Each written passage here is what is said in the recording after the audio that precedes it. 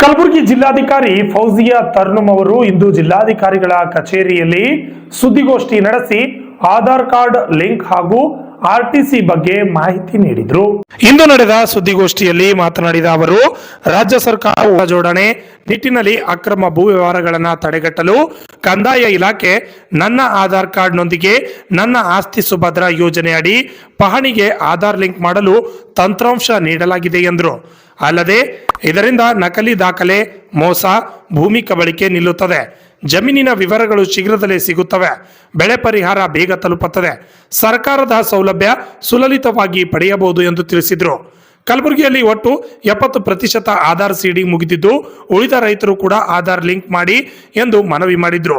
ಅಲ್ಲದೆ land beet ಆಪ್ನಲ್ಲಿ ಸರ್ಕಾರಿ ಜಮೀನಿನ ಬಗ್ಗೆ ಮಾಹಿತಿ ನೀಡಲಾಗಿದೆ ಎಂದು ತಿಳಿಸಿದ್ರು. 1000 ಲ್ಯಾಂಡ್ ಹೋಲ್ಡರ್ಸ್ ಇದ್ದಾರೆ.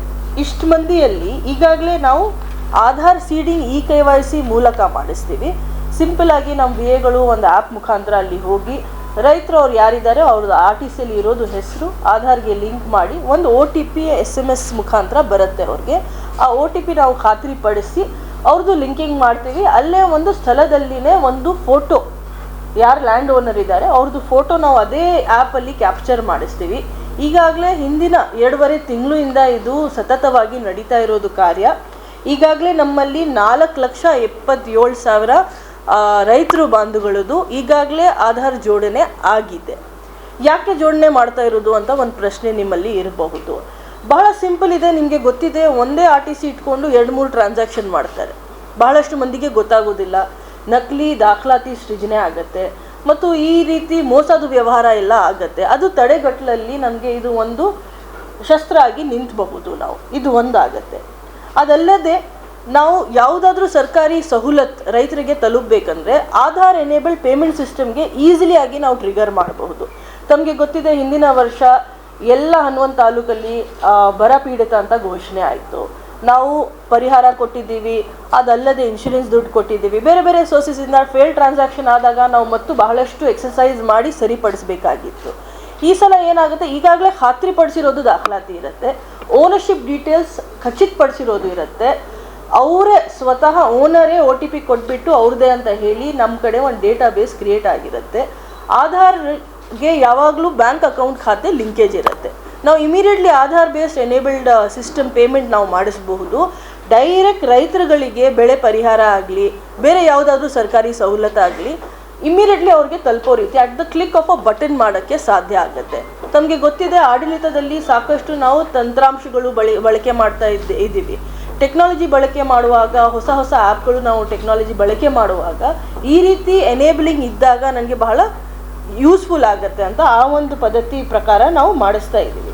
ನಮ್ಮದು ಇದರಲ್ಲಿ ಸ್ಪೆಷಲಿ ಎಲ್ಲ ಗ್ರಾಮ ಆಡಳಿತ ಅಧಿಕಾರಿಗಳು VAOs ಯಾರ್ಯಾರಿದ್ದಾರೆ, ನಮ್ಮ RIಗಳು ಆಗಲಿ, ನಮ್ಮ ಡೆಪ್ಯೂಟಿ ತಹಸೀಲ್ದಾರ್ಸ್ ಆಗಲಿ, ಪ್ರತಿಯೊಬ್ಬರು ತಹಸೀಲ್ದಾರ್ ಇದು ಮಾನಿಟರ್ ಮಾಡಿದ್ದಾರೆ.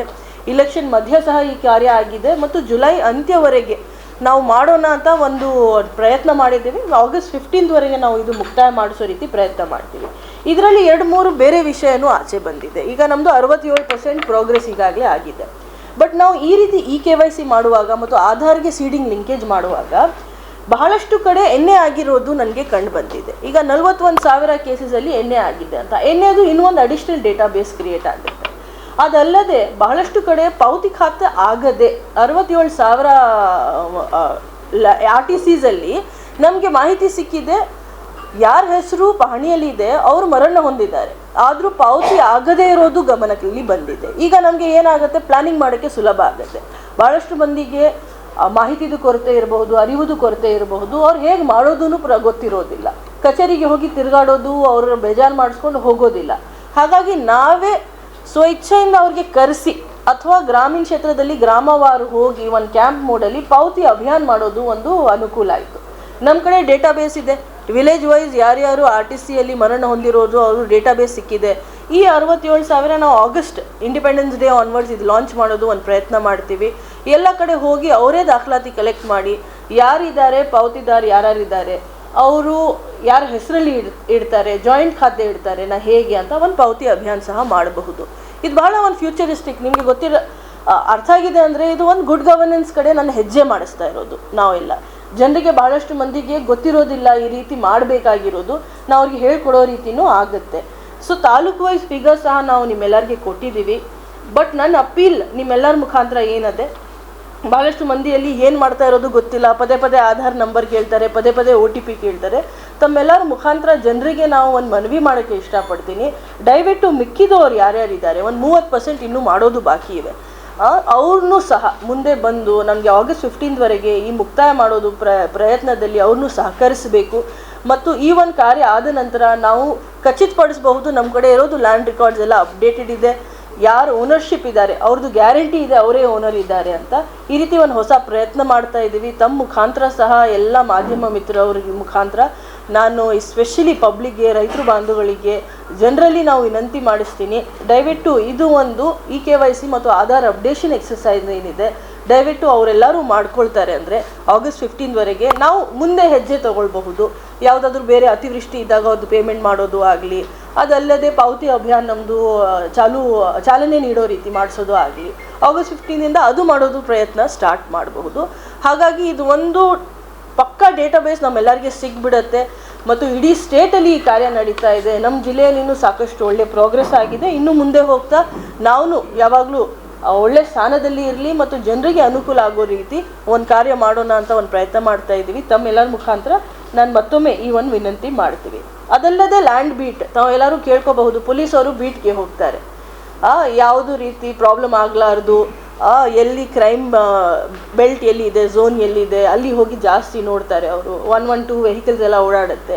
ಅದೇ ಮಾದರಿಯಲ್ಲಿ ಲ್ಯಾಂಡ್ ಬೀಟ್ ಅಂತ ಒಂದು ಹೊಸ ಆ್ಯಪ್ ಕಂದಾಯ ಇಲಾಖೆ ವತಿಯಿಂದ ಚಾಲನೆ ಆಗಿದೆ. ಇದರಲ್ಲಿ ಏನಿದೆ, 1.4 ಮಿಲಿಯನ್ ಸರ್ಕಾರಿ ರೆಕಾರ್ಡ್ಸ್ ಇದೆ. ಸರ್ಕಾರಿ ಜಮೀನು ಅಂತ ಇಡೀ ಸ್ಟೇಟ್ದು ನಾನು ಹೇಳ್ತಾ ಇರೋದು. ಸಾಕಷ್ಟು ಇದೆ, ಸಾಕಷ್ಟು ನೀವು ಬಂದು ಕೇಳ್ತೀರಾ, ಈ ಕಾರಣಕ್ಕೋಸ್ಕರ ಜಮೀನು ಬೇಕು, ಇಲ್ಲಿ ಸ್ಮಶಾನಗೋಸ್ಕರ ಜಮೀನು ಬೇಕು, ಅಲ್ಲಿ ಆ ಒಂದು ಸರ್ಕಾರಿ ಯೋಜನೆಗೋಸ್ಕರ ಜಮೀನು ಬೇಕು, ಇಲ್ಲಿ ಒಂದು ಹೊಸ ಬಿಲ್ಡಿಂಗ್ ಬರಬೇಕು. ಖಚಿತಪಡಿಸಿ ದಾಖಲಾತಿ ನಮ್ಮದು ಬರೀ ಫಿಸಿಕಲ್ ರೆಕಾರ್ಡ್ಸ್ ಇರುತ್ತೆ ಅಷ್ಟೇ. ಪ್ರತಿ ಒಂದೊಂದು ಕಚೇರಿಯಲ್ಲಿ ಬಹಳಷ್ಟು ಚೆನ್ನಾಗಿ ಮೇಂಟೈನ್ ಮಾಡ್ತಾರೆ, ಒಂದೊಂದು ಕಚೇರಿಯಲ್ಲಿ ಅಷ್ಟು ಚೆನ್ನಾಗಿ ಮೇಂಟೈನ್ ಆಗೋದಿಲ್ಲ, ತಮ್ಮೆಲ್ಲರಿಗೆ ಗೊತ್ತಿರೋದು ವಿಷಯ. ಈಗ ನಾವು ಏನು ಮಾಡಿದ್ದೀವಿ ಕಂದಾಯ ಇಲಾಖೆ ವತಿಯಿಂದ ಅಂದರೆ ಕಂಪ್ಲೀಟ್ ಡೇಟಾಬೇಸ್ ಅಪ್ಡೇಷನ್. ಮತ್ತು ಒಂದು ಸತಿ ಮಾಡ್ತೀವಿ ಅಂದರೆ ಆಗೋದಿಲ್ಲ, ಇದು ಪ್ರತಿ 3-4 ತಿಂಗಳಿಗೆ ಒಮ್ಮೆ ಒಬ್ಬ VA ಲ್ಯಾಂಡ್ ಬೀಟ್ ಮಾಡೋದು. ಸರ್ಕಾರಿ ಜಮೀನು ನಮ್ಮಲ್ಲಿ ನಮ್ಮ ಜಿಲ್ಲೆಯಲ್ಲಿ 31,000 ಸರಾಸರಿ ಇದೆ. ಈಗಾಗಲೇ 29,000 ಲೊಕೇಶನ್ಸ್ಗೆ ಹೋಗಿ 29,954 ಸರ್ಕಾರಿ ಜಮೀನುಗಳಿಗೆ ಹೋಗಿ ಆ VA ಏನು ಮಾಡ್ತಾರೆ, ಆ್ಯಪ್ ಓಪನ್ ಮಾಡಿ ಟ್ರಾನ್ಸಾಕ್ಟ್ ವಾಕ್. ಈಗ ಒಂದು 4 ಎಕರೆ ಜಮೀನಿದೆ ಅಂತ ಅಂದ್ಕೊಳ್ಳಿ, ಬಾರ್ಡರಲ್ಲಿ ಹೋಗಿ ಅವರು GPS ಕೋಆರ್ಡಿನೇಟ್ಸ್ ಗುರುತಿಸೋ ರೀತಿ ವಾಕ್ ಮಾಡಿ ಆ ಆ್ಯಪಲ್ಲಿ ಅಪ್ಲೋಡ್ ಮಾಡ್ತಾರೆ. ಈ ಒಂದು ಎಕ್ಸಸೈಸ್ ಒಂದೇ ಸತಿ ಅಲ್ಲ, ನಾವು ಜುಲೈ ಎಂಡ್ವರೆಗೆ ಇದು 31,000 ಪ್ರಾಪರ್ಟೀಸ್ದು ಸಂಪೂರ್ಣವಾಗಿ ಮುಕ್ತಾಯ ಮಾಡ್ತೀವಿ. ಅದಾದ ನಂತರ ಪ್ರತಿ 3 ತಿಂಗಳಿಗೆ ಒಮ್ಮೆ VAO ಹೋಗಿ ಅಲ್ಲಿ ಸೈಟ್ಗೆ ಹೋಗಿ ಮತ್ತು RI ವೆರಿಫಿಕೇಷನ್ ಮಾಡ್ತಾರೆ, ತಹಸೀಲ್ದಾರ್ ಅಪ್ರೂವಲ್ ಕೊಡ್ತಾರೆ. ಅಲ್ಲಿ ಸರ್ಕಾರಿ ಜಮೀನು ಇರೋದು ಖಾತ್ರಿಪಡಿಸೋದು ಮತ್ತು ಖಚಿತಪಡಿಸೋದು, ಬೌಂಡ್ರಿ ಏನಿದೆ ಸರಿಯಾಗಿ ಇದೆಯಾ ಇಲ್ಲ ಅಂತ, ಯಾವುದಾದ್ರೂ ಅಲ್ಲಿ ಒತ್ತುವರಿ ಆಗಿದೆಯೋ ಇಲ್ವಾ ಅಂತ ಅದು ಒಂದು ಡಾಕ್ಯುಮೆಂಟೇಷನ್ ಮಾಡಿಸ್ಕೊಳ್ಳೋದು. ಸೊ ಏನಾಗುತ್ತೆ, ನಮಗೆ ಯಾವುದಾದ್ರೂ ಕೋರ್ಟ್ ಕೇಸಸ್ ಇದೆ ಅಂದ್ರೂ ನಮಗೆ ಎವಿಡೆನ್ಸ್ ಕ್ರಿಯೇಷನ್ ಆಗುತ್ತೆ. ಅದಲ್ಲದೆ ನಮಗೆ ಎಲ್ಲಿ ಒತ್ತುವರಿ ಇದೆ ಗುರುತಾಗುತ್ತೆ, ಅದು ನಾವು ತೆರವುಗೊಳಿಸೋದು ನಮ್ಮ ಕಂದಾಯ ಇಲಾಖೆದು ಮತ್ತು ಪೊಲೀಸವ್ರದ್ದು ಸಹಕಾರದೊಂದಿಗೆ ನಾವು ಮಾಡಿಸಬಹುದು. ಈಗಾಗಲೇ ನಮ್ಮ ಜಿಲ್ಲೆಗೆ ನಿಮಗೆ ಗೊತ್ತಿರೋ ಹಾಗೆ 94% ಪ್ರೋಗ್ರೆಸ್ ಆಗಿದೆ. ಇದು ಮಿಕ್ಕಿದು ಇರೋದು 6% ಸಹ ಜುಲೈ ಎಂಡ್ವರೆಗೆ ಆಗುತ್ತೆ. ಅದು GPS ಇಟ್ಕೊಂಡು ಟ್ರಾನ್ಸಾಕ್ಟ್ ವಾಕ್ ಅಷ್ಟೇ ಮಾಡೋದು. ಭಾಳ ಸಿಂಪಲ್ ಒಂದು ಆ್ಯಪ್ ಇದೆ. ಇದು ಒಂದು ಹಿಂದೆ ನಮ್ಮ ಕಡೆ ಖಚಿತಪಡಿಸಿರೋದು ಡೇಟಾಬೇಸ್ ಇರಲಿಲ್ಲ. ಈಗ ಎಲ್ಲಿದೆ ಸರ್ಕಾರಿ ಜಮೀನು ಅಂತ ನನಗೆ ಗ್ಯಾರಂಟಿ ಗೊತ್ತಾಗ್ಬಿಟ್ಟಿದೆ. ಇದರಲ್ಲಿ ಸರ್ಕಾರಿ ಬಿಲ್ಡಿಂಗ್ಗಳು ಇರಬಹುದು, ಯಾವುದಾದ್ರೂ ಗೈರಾನ ಜಮೀನು ಇರಬಹುದು, ಗೋಮಾಲ ಜಮೀನು ಇರಬಹುದು, ಸರ್ಕಾರಿ ಅಂತ ಏನು ಹೇಳ್ತೀವಿ ಪ್ರತಿಯೊಂದು ಜಮೀನು ಅಕ್ವಿಸಿಷನ್ ಆಗಿ ಯಾವುದಾದ್ರೂ ದೊಡ್ಡ ಲಾರ್ಜ್ ಪ್ರಾಜೆಕ್ಟ್ಸಲ್ಲಿ ಬಳಕೆ ಆಗ್ತಾ ಇರೋದು ಜಮೀನು ಇರ್ಬೋದು, ಪ್ರತಿಯೊಂದು ನನಗೆ ಡೀಟೇಲ್ ಆಗಿ ಆ ಡಿಪಾರ್ಟ್ಮೆಂಟ್ಗೆ ಯಾವುದಾದ್ರೂ ಒಂದು ಜಮೀನು ತೋಟಗಾರಿಕೆ ಇಲಾಖೆ ಕೊಟ್ಟಿರಬಹುದು. ಪ್ರತಿಯೊಂದು ನಾವು ನಮ್ಮ ಕಡೆ ಒಂದು ಡೇಟಾಬೇಸ್ ಇದೆ ಮತ್ತು ಇನ್ನೂ ಬಾಕಿ ಎಷ್ಟಿದೆ ನಮ್ಮ ಕಡೆ ಅದನ್ನು ಮಾಹಿತಿ ಸಿಕ್ಬಿಡುತ್ತೆ. ಮತ್ತು ಇದು ಒಂದು ಸತಿ ಒನ್ ಟೈಮ್ ಎಕ್ಸಸೈಸ್ ಅಂತಲೂ ಇಲ್ಲ, ಪ್ರತಿ 3 ತಿಂಗಳಿಗೆ ಪ್ರತಿ ಕ್ವಾರ್ಟರ್ಗೆ ಒಮ್ಮೆ ಹೋಗಿ VASಗಳು RIಸ್ಗಳು ಮತ್ತು ನಮ್ಮ ತಹಸೀಲ್ದಾರ್ಗಳು ಸೈಟ್ಗೆ ಹೋಗಿ ಅಲ್ಲಿ ವಿಸಿಟ್ ಮಾಡಿ ಅದು ಸರಿಯಾಗಿ ಇದೆಯಾ, ಒತ್ತುವರಿ ಇದೆ ಅಂದರೆ ಎಲ್ಲಿದೆ ಅದು ತೆರವುಗೊಳಿಸೋದು, ಕ್ರಮನೂ ತಗೊಳ್ಳೋದು ಅವ್ರ ಕಡೆಯಿಂದ ಅವಕಾಶ ಆಗುತ್ತೆ. ಸೊ ಇದು ಎರಡೂ ನಾವು ಎಲ್ಲ ಕಡೆ ಮಾಡ್ತಾ ಇದ್ದೀವಿ. ಮತ್ತು ತಮ್ಮ ಮುಖಾಂತರನೂ ನಾವು ಜನರಿಗೆ ಅಪೀಲ್ ಮಾಡೋಕ್ಕೆ ಇಷ್ಟಪಡ್ತೀನಿ, ಬಿಕಾಸ್ ನಮ್ಮ ಕಡೆ ಈಗ ಖಚಿತಪಡಿಸಿರೋದು ಒಂದು ಡೇಟಾ ಬೇಸ್ ಇದೆ. ಯಾರು ಒತ್ತುವರಿ ಮಾಡೋಕ್ಕೆ ಹೊಟ್ಟಿದ್ದಾರೆ ಅಂದ್ರೂ ಅವ್ರಿಗೆ ಎಚ್ಚರಿಕೆ ಇರಲಿ. ಮತ್ತು ನಾವು ಇದು ಒಂದು ಸರ್ಕಾರಿ ಲ್ಯಾಂಡ್ ಏನಿದೆ, ಸರ್ಕಾರಿ ಜಮೀನು ಏನಿದೆ, ಸುರಕ್ಷಿತವಾಗಿ ಇಟ್ಕೊಳ್ಳೋದು ಅದು ಒಂದು ಪ್ರಯತ್ನ ಮಾಡ್ತಾ ಇದ್ದೀವಿ. ಈ ಸಲ ನಾವು ಟೆಕ್ನಾಲಜಿ ಮತ್ತು ತಂತ್ರಾಂಶಗಳದು ಆ್ಯಪ್ಗಳದು ಬಳಕೆ ಮಾಡಿಸ್ಕೊಂಡು ಮಾಡ್ತಾ ಇದ್ದೀವಿ. ಈಗ ಯಾವುದಾದ್ರೂ ರೀತಿ ನಮ್ಮದು ಇನ್ನು ಮುಂದೆ ಹೋಗ್ತಾ ಬಗೈರ್ ಹುಕುಮಲ್ಲಿ ನಾವು ಯಾರ್ಯಾರಿಗೆ ಕೊಡಬಹುದು, ಪ್ರತಿಯೊಂದು ನಮ್ಮ ಕಡೆ ಡೇಟಾ ಬೇಸ್ ಇರುತ್ತೆ. ಜನರಿಗೆ ಸವಲತ್ತಾಗೋ ರೀತಿನೂ, ಬರೀ ಇದು ಒಂದು ತಡೆಗಟ್ಟಲು ಒತ್ತುವರಿ ಮಾತ್ರ ಅಲ್ಲ, ಮತ್ತು ಜನರಿಗೆ ಸವಲತ್ತಾಗೋ ರೀತಿನೂ ಒಂದು ಪ್ರಯತ್ನ ಮಾಡಿಸ್ತಾ ಇದ್ದೀವಿ. ತಮ್ಮೆಲ್ಲರದು ಈಗಾಗಲೇ ಸಾಕಷ್ಟು ಸಹಕಾರ ಇದೆ, ಹಾಗೆ ಸಹಕಾರ ಇರಲಿ. ಮತ್ತು ಜನರಿಗೇನು ಈ ಮಾಹಿತಿ ತಲುಪೋದ್ರಲ್ಲಿ ನಿಮ್ಮದು ಒಂದು ಪಾತ್ರ ಇದೆ. ಹಾಗಾಗಿ ನಾವು ನಿಮ್ಮೆಲ್ಲರಿಗೆ ಈಗ in fact you can see that video ಇದೆಯಾ ಅಥವಾ ಜಸ್ಟ್ ಪೋಸ್ಟರ್, ಆ ಪೋಸ್ಟರಲ್ಲಿನೂ ನೀವು ನೋಡಬಹುದು. ಈಗ ಜಮೀನಿದೆ ಅಂದರೆ 4 ಎಕರೆ, ಅವರು ಅಲ್ಲಿ ಹೋಗಿ ಆ್ಯಪ್ ಮುಖಾಂತರ ಅಲ್ಲಿ ಸಾರ್ವಜನಿಕರು ಯಾರಿದ್ದಾರೆ ಅವ್ರ ಜೊತೆಗೆ ಹೋಗಿ they will do transact walk ಎಲ್ಲ ಬೌಂಡ್ರೀಸಲ್ಲಿ. ಒಂದೊಂದು ಕಡೆ 50 ಎಕರೆನೂ ಇರಬಹುದು, ಬಟ್ ಪೂರ್ತಿ ಒಂದು ಟ್ರಾನ್ಸಾಕ್ಟ್ ವಾಕ್ ಮಾಡ್ತಾರೆ. ಬೌಂಡ್ರಿ ವಾಕ್ ಮಾಡಿಸ್ಬಿಟ್ಟು ಅಲ್ಲಿ ಎಷ್ಟಿದೆ ಜಮೀನು, ನಮ್ಮ ರೆಕಾರ್ಡ್ಸ್ ಪ್ರಕಾರ ಎಷ್ಟಿದೆ ಜಮೀನು, ನಿಜವಾಗ್ಲೂ ಅಲ್ಲಿ ಫೀಲ್ಡಲ್ಲಿ ಇದೆಯೋ ಇಲ್ವಾ ಅಂತ ಖಾತ್ರಿ ಪಡಿಸ್ಕೊಳ್ತಾರೆ. ಈ ರೀತಿ ಸಾಕಷ್ಟು ಹೊಸ ನಾವು ಟೆಕ್ನಾಲಜಿ ಬಳಕೆ ಮಾಡಿ ಕಂದಾಯ ಇಲಾಖೆಯಲ್ಲಿ ಬದಲಾವಣೆ ಮಾಡೋದು ಪ್ರಯತ್ನ ಮಾಡ್ತಾ ಇದ್ದೀವಿ. ಇದು 2 ಡೀಟೇಲ್ ಆಗಿ ಹೇಳಿದ್ದೀನಿ. ಇದ್ರ ಬಗ್ಗೆ ನಿಮ್ಮ ಡೌಟ್ಸ್ ಇದೆ ಅಂತ ನಾನು ಕ್ಲಾರಿಫೈ ಮಾಡೋಕ್ಕೆ ಇಷ್ಟಪಡ್ತೀನಿ. ಅದಲ್ಲದೆ ಜಸ್ಟ್ ಬ್ರೀಫಾಗಿ ಹೇಳಬೇಕಂದ್ರೆ ಅದ್ರ ಬಗ್ಗೆ ಮೇ ಬಿ ಅನದರ್ 10 days ಆದ ನಂತರ ಮತ್ತೊಂದು ಸತಿ ನಾವು ಮೀಟಿಂಗ್ ಕರಿತೀವಿ. ಡಿಜಿಟೈಸೇಷನ್ ಆಫ್ ಲ್ಯಾಂಡ್ ರೆಕಾರ್ಡ್ಸ್ ಮಾಡ್ತಾ ಇದ್ದೀವಿ. ನಮ್ಮ ರೆಕಾರ್ಡ್ ರೂಮ್ದು ಸಂಪೂರ್ಣ ಮಾಹಿತಿ ಡಿಜಿಟೈಸ್ ಮಾಡೋದು. ಯಾಕೆಂದರೆ ನೀವು ಬಹಳಷ್ಟು ಕಡೆ ನೋಡಿದ್ದೀರಾ, ಮಧ್ಯವರ್ತಿದು ಕಾಟ ಇರುತ್ತೆ, ಅವರು ತಿದ್ಸೋದು ದಾಖಲಾತಿ, ಅಥವಾ ಯಾರಿಗೆ ಕೊಡಬೇಕು ಅವ್ರಿಗೆ ದಾಖಲಾತಿ ಕೊಡ್ತಾರೆ, ಒಂದೊಂದು ಪಾರ್ಟಿಗೆ ಕೊಡೋಂಗಿಲ್ಲ. ಆ ರೀತಿ ನಾವು ತಪ್ಪಿಸ್ಕೊಳ್ಳೋದಕ್ಕೆ ರೆಕಾರ್ಡ್ ರೂಮಲ್ಲಿ ಚಿಂಚೋಳಿ ತಾಲೂಕಲ್ಲಿ 90% ಈಗಾಗಲೇ ಆಗಿದೆ. ಚಿಂಚೋಳಿ ತಾಲೂಕಲ್ಲಿ ನಾವು ಹೇಗೆ ಮಾದರಿಯಲ್ಲಿ ಮಾಡಿದ್ದೀವಿ, ಆಸ್ ಅ ಪೈಲಟ್ ಪ್ರಾಜೆಕ್ಟ್ ಏನು ಚಿಂಚೋಳಿ ತಾಲೂಕಲ್ಲಿ ಮಾಡಿದ್ದೀವಿ, ಅದೇ ರೀತಿ ನಾವು ಎಲ್ಲ ಮಿಕ್ಕಿದ 10 ತಾಲೂಕುಗಳಲ್ಲಿನೂ ಅದು ಒಂದು August 1st ನಾವು ಚಾಲನೆ ನೀಡ್ತೀವಿ. ಎಲ್ಲ ಕಡೆ ಪ್ರತಿಯೊಂದು ರೆಕಾರ್ಡ್, ಈಗ ಚಿಂಚೋಳಿಯಲ್ಲಿ ಒಂದೇ ಒಂದು ತಾಲೂಕಲ್ಲಿ 15 ಲಕ್ಷ ರೆಕಾರ್ಡ್ಸ್ ಇತ್ತು. 15 ಲಕ್ಷ ಪೇಜಸ್ದು ಮಾಹಿತಿ ನಾವು ಡಿಜಿಟೈಸ್ ಮಾಡಿದ್ದೀವಿ. ಬೇರೆ ಬೇರೆ ತಾಲೂಕಲ್ಲಿ ಒಂದು ಕಡೆ ಕಡಿಮೆ, ಒಂದು ಕಡೆ ಜಾಸ್ತಿ ಇರುತ್ತೆ. ಸಂಪೂರ್ಣವಾಗಿ ಹೈ ರೆಸೊಲ್ಯೂಷನ್ ಡಿಜಿಟೈಸೇಷನ್ ಸ್ಕ್ಯಾನಿಂಗ್ ಮಾಡಿಸಿ, ಕೀವರ್ಡ್ ಇಂಪುಟ್ ಮಾಡಿಸಿ ನಾವು ಅದು ಒಂದು ಡೇಟಾಬೇಸ್ ಕ್ರಿಯೇಟ್ ಮಾಡ್ತೀವಿ. ವಿಲೇಜ್ ವಾರು, ಸರ್ವೆ ನಂಬರ್ ವಾರು ನಮ್ಮ ಕಡೆ ಮಾಹಿತಿ ಇರೋ ರೀತಿ. ಯಾಕೆಂದರೆ ಯಾರು ಅದಾದ ನಂತರ ತಿದ್ಸೋಕ್ಕೆ ಅವಕಾಶ ಇರೋದಿಲ್ಲ, ಮ್ಯಾನಿಪುಲೇಟ್ ಮಾಡೋಕ್ಕೆ ಅವಕಾಶ ಇರೋದಿಲ್ಲ. ನಮ್ಮ ಕಡೆ ಸರಿಯಾಗಿ ಮಾಹಿತಿ ಯಾವಾಗಲೂ ಇರುತ್ತೆ, ಮತ್ತು ಯಾರು rightful owner of that land ಇದ್ದಾರೆ ಅವ್ರಿಗೇನೆ ಆ ಲ್ಯಾಂಡ್ ಸುರಕ್ಷಿತವಾಗಿ ಇರುತ್ತೆ ಅಂತ ಒಂದು ನಾವು ಗ್ಯಾರಂಟಿ ಕೊಡಬಹುದು.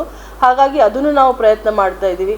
ಅಲ್ಲದೆ ಬಗೈರ್ ಹುಕುಂ ಸಮಿತಿ ತಮಗೆ ಗೊತ್ತಿರೋ ಹಾಗೆ ಎಲ್ಲ ತಾಲೂಕುಗಳಲ್ಲಿ ರಚನೆ ಆಗಿದೆ. ಅವ್ರದ್ದು ಒಂದು ಆ್ಯಪ್ ಮುಖಾಂತರನೇ ಆಟೋಮ್ಯಾಟಿಕ್ ಫಾರ್ಮ್ 10 ಮತ್ತು ಹಕ್ಕುಪತ್ರ ಜನರೇಷನ್ ಆಗುತ್ತೆ.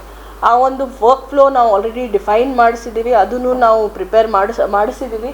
ಈ ತಿಂಗಳು ಕೊನೆವರೆಗೆ ಎಲ್ಲ ಕಡೆ ಸಮಿತಿ ಮೀಟಿಂಗ್ ಆಗುತ್ತೆ. ಈಗ ನಿಮಗೆ ಗೊತ್ತಿದೆ ಸೆಷನ್ ನಡೀತಾ ಇದೆ, ಸಾಮಾನ್ಯ ಶಾಸಕರು ಅದಕ್ಕೆ ಅಧ್ಯಕ್ಷರು ಇರ್ತಾರೆ, ಅವ್ರನ್ನೂ ಅದನ್ನು ಮಾಡಿಸ್ತಾರೆ. ಅದು ಮುಂದಿನ ಇದು ಸೆಷನ್ ಆದ ನಂತರ ಅದನ್ನು ಪ್ರೋಸೆಸ್ ಸ್ಟಾರ್ಟ್ ಆಗುತ್ತೆ. ಮತ್ತು ಬಹಳಷ್ಟು ಬೇರೆ ಬೇರೆ ಕಡೆ ಎಲ್ಲಿ ಪ್ರಾಬ್ಲಮ್ಗಳು ಆಯಿತು, ಮತ್ತು ಎಲ್ಲಿ RTCಯಲ್ಲಿ ಭೂಮಿ ಡೇಟಾಬೇಸಲ್ಲಿ ತಪ್ಪುಗಳು ಇತ್ತು, ಕಂದಾಯ ಗ್ರಾಮದ ಹಕ್ಕುಪತ್ರ ಯಾವ್ಯಾವುದು ಪೆಂಡಿಂಗ್ ಇದೆ, ಅದು ಎಲ್ಲ ನಾವು ಕಾಫಿ ಒಂದು ಕನ್ಕ್ಲೂಷನ್ಗೆ ತಂದಿದ್ದೀವಿ.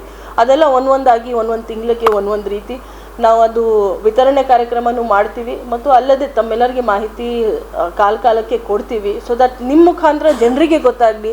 ಭಾಳಷ್ಟು ಮಂದಿಗೆ ಗೊತ್ತಾಗೋದಿಲ್ಲ, ಇದು ಸ್ವಲ್ಪ ಟೆಕ್ನಿಕಲ್ ಇರುತ್ತೆ, ಅವ್ರಿಗೇನು ಗೊತ್ತಾಗೋದಿಲ್ಲ ಅಂದರೆ ತಮ್ಮ ಮುಖಾಂತರ ಅವರೆಲ್ಲರಿಗೆ ಮಾಹಿತಿ ಹೋಗಲಿ ಅಂತ ಅದು ಒಂದು. ಆ್ಯಂಡ್ ಸಿನ್ಸ್ ಎನಿಹೋ ನೀವೆಲ್ಲರೂ ಬಂದಿದ್ದೀರಿ, ಮಳೆ ಬರ್ತಾ ಇದೆ ಎಲ್ಲ ಕಡೆ, 45% ಎಕ್ಸೆಸ್ ಮಳೆ ಬಂದಿದೆ ನಮಗೆ. ವಾಡಿಕೆಯಿಂದ ಜಾಸ್ತಿನೇ ಮಳೆ ಬಂದಿದೆ. 94% ಬಿತ್ತನೆ ಈಗಾಗಲೇ ಎಲ್ಲ ಕಡೆ ಆಗಿ ಹೋಗಿಬಿಟ್ಟಿದೆ. ನಿಮ್ಮ ಕಡೆಯಿಂದ ನಾನು ರೈತರಿಗೆ ಒಂದು ಅಪೀಲ್ ಮಾಡೋಕ್ಕೆ ಇಷ್ಟಪಡ್ತೀನಿ. 1,32,000 ರೈತರು ಈಗಾಗಲೇ ವಿಮೆಗೆ ಅವರು ನೋಂದಣಿ ಮಾಡಿಸ್ಕೊಂಡಿದ್ದಾರೆ. ಪ್ರಧಾನ ಮಂತ್ರಿ ಕೃಷಿ ಸಿಂಚಾಯಿ ಯೋಜನೆ ಅಡಿಯಲ್ಲಿ ಅವರು 10% ಮಾತ್ರ ಕಟ್ಟಬೇಕಾಗಿರೋದು ಪ್ರೀಮಿಯಂ. ಹಾಗಾಗಿ ಮಿಕ್ಕಿದ್ದು ಅವರು ಸಹ ಜುಲೈ 31ನೇ ತಾರೀಕುವರೆಗೆ ಕಾಲಾವಕಾಶ ಇದೆ.